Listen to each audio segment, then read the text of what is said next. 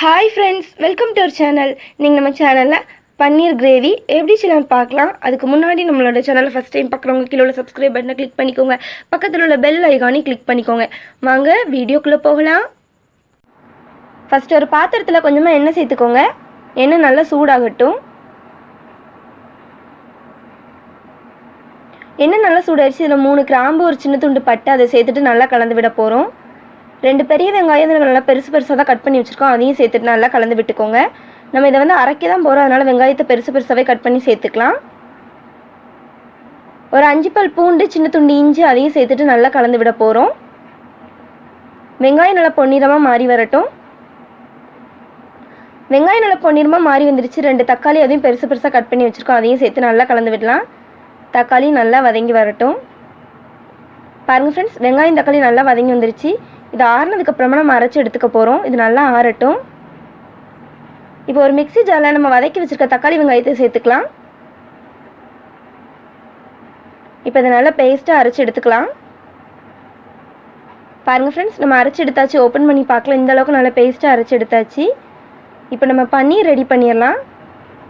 பன்னீர் ready பண்ணுறதுக்கு ஒரு பாத்திரத்தில் 1/2 ஸ்பூன் அளவுக்கு சில்லி பவுடர் சேர்த்துக்கோங்க. ஒரு சிட்டிகை மஞ்சள் தூள், உப்பு பன்னீருக்கு தேவையான அளவு சேர்த்துட்டு நல்லா கலந்து விட்டுக்கலாம். நாங்கள் இன்றைக்கி 200 கிராம் பன்னீரை குட்டி குட்டியாக கட் பண்ணி வச்சுருக்கோம். அதையும் இதில் சேர்த்துட்டு நல்லா கலந்து விட போகிறோம். பன்னீரில் மசாலா நல்லா ஒட்டி வரட்டும். இந்த மாதிரி நல்லா கலந்து விட்டுக்கோங்க. பாருங்கள் ஃப்ரெண்ட்ஸ், நம்ம பன்னீர் ரெடி பண்ணியாச்சு. இப்போ ஒரு பாத்திரத்தில் இன்னும் கொஞ்சம் எண்ணெய் சேர்த்துக்கோங்க. எண்ணெய் நல்லா சூடாகட்டும். எண்ணெய் நல்லா சூடாயிருச்சுல, நம்ம ரெடி பண்ணி வச்சுருக்க பன்னீரை சேர்த்து நல்லா கலந்து விட போகிறோம். பன்னீர் சேர்க்கும்போது ஸ்டவ்வை லோ ஃப்ளேமில் வச்சுட்டு கலந்து விடுங்க. ஒரு 2 நிமிஷம் பன்னீர் இதில் வதக்கி எடுத்தாலே போதும்.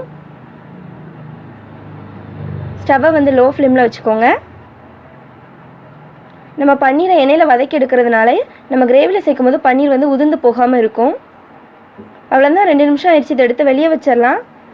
இப்போ ஒரு பாத்திரத்தில் கொஞ்சமாக எண்ணெய் சேர்த்துக்கலாம். எண்ணெய் நல்லா சூடாகட்டும். எண்ணெய் நல்லா சூடாயிருச்சு. 1/2 ஸ்பூன் அளவுக்கு சோம்பு சேர்த்துக்கலாம். 1 ஸ்பூன் சில்லி பவுடர் அதையும் சேர்த்துட்டு நல்லா கலந்து விட போகிறோம். இப்போ இதில் நம்ம அரைச்சி வச்சுருக்க பேஸ்ட்டை சேர்த்துட்டு நல்லா கலந்து விட்டுக்கலாம். சேர்த்து நல்லா கலந்து விட்டுக்கோங்க. நம்ம தக்காளி வெங்காயம் பேஸ்ட்டு சேர்த்து நல்லா கலந்து விட்டாச்சு. இப்போ 1/2 கிளாஸ் அளவுக்கு தண்ணி அதையும் இதில் சேர்த்துட்டு நல்லா கலந்து விட்டுக்க போகிறோம்.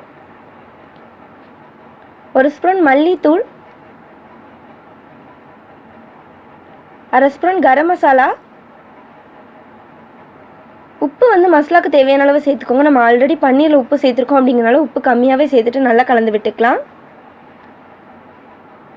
நம்ம மசாலா சேர்த்து நல்லா கலந்து விட்டாச்சு. 2 நிமிஷம் இது நல்லா கொதித்து வரட்டும். பாருங்கள் ஃப்ரெண்ட்ஸ், 2 நிமிஷம் ஆயிடுச்சு. இது நல்லா கொதித்து வந்துருச்சு. இப்போ இதில் 2 ஸ்பூன் அளவுக்கு தயிர் சேர்த்துக்க போகிறோம். தயிர் ஆப்ஷனல் தான், நீங்கள் வேண்டாம் அப்படின்னா ஸ்கிப் கூட பண்ணிக்கலாம். சேர்க்கணுங்கிற அவசியம் இல்லை. தயிர் சேர்த்துட்டு நல்லா கலந்து விட்டுக்கோங்க. இப்போ இதில் 1 கிளாஸ் அளவுக்கு தண்ணி சேர்த்துக்க போகிறோம்.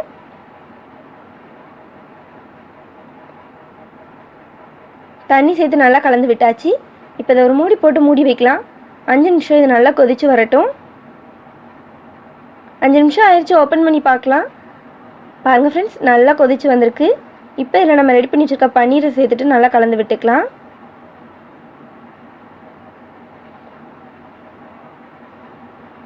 அவ்வளோதான், நம்ம பன்னீர் சேர்த்து நல்லா கலந்து விட்டாச்சு. இது எண்ணெய் பிரிஞ்சு வரட்டும். அது வரைக்கும் இதை ஒரு மூடி போட்டு மூடி வச்சிடலாம். பாருங்கள் ஃப்ரெண்ட்ஸ், எண்ணெய் எல்லாமே அழகாக பிரிஞ்சு வந்திருக்கு. சூப்பராக ரெடி ஆயிடுச்சு நம்மளோட பன்னீர் கிரேவி. இப்போ இதை வேறு பாத்திரத்துக்கு மாற்றி எடுத்துக்கலாம். பாருங்கள் ஃப்ரெண்ட்ஸ், நம்மளோட பன்னீர் கிரேவி எந்தளவுக்கு சூப்பராக ரெடி ஆயிடுச்சுன்னு. ரொம்ப ஈஸியாக செய்யலாம். டேஸ்ட்டு சூப்பராக இருக்கும். கண்டிப்பாக நீங்கள் வீட்டில் ட்ரை பண்ணி பாருங்கள். இந்த வீடியோ உங்களுக்கு பிடிச்சிருந்தா தாயம்மாள் சமையலுக்கு சப்ஸ்கிரைப் பண்ணுங்கள், லைக் பண்ணுங்கள், ஷேர் பண்ணுங்கள், கமெண்ட் பண்ணுங்கள். தேங்க்யூ.